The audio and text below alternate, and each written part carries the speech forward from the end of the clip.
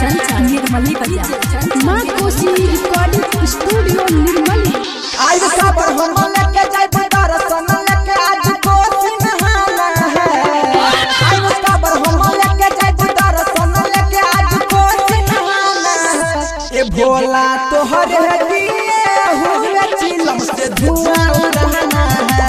ए भोला तोहरे दिए हुए चिलम से धुआं उड़ाना है।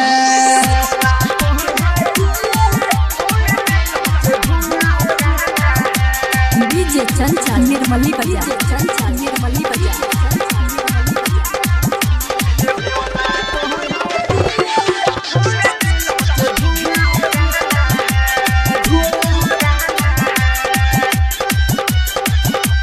रास्ता में बैठी के सुनिए भोला चिलम में गाजा भराई।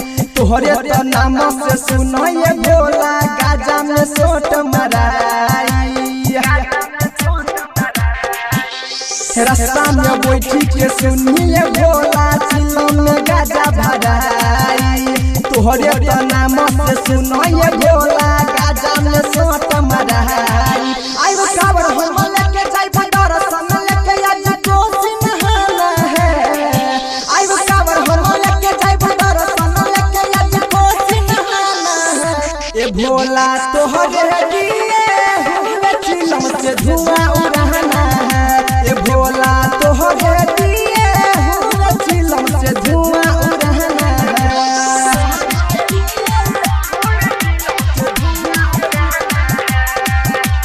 डीजे चंचल निर्मली बाजार चंचल निर्मली बाजार।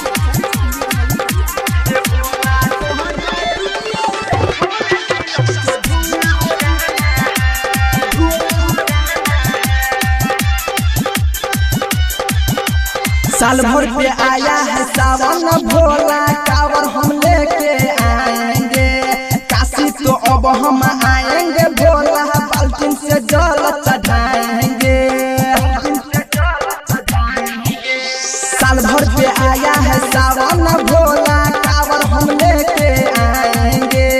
काशी तो अब हम आएंगे भोला बाल्टीन से जल चढ़ाएंगे।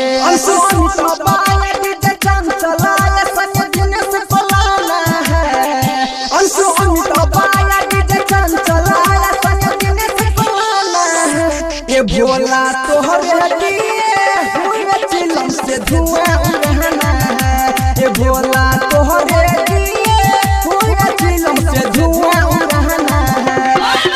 आज खबर हम लेके जाए दर्शन लेके आज कोसी नहाना है। ए भोला तोहरे दिए हुए चिलम से धुआं उड़ाना है। ए भोला तोहरे दिए हुए चिलम से धुआं उड़ाना है।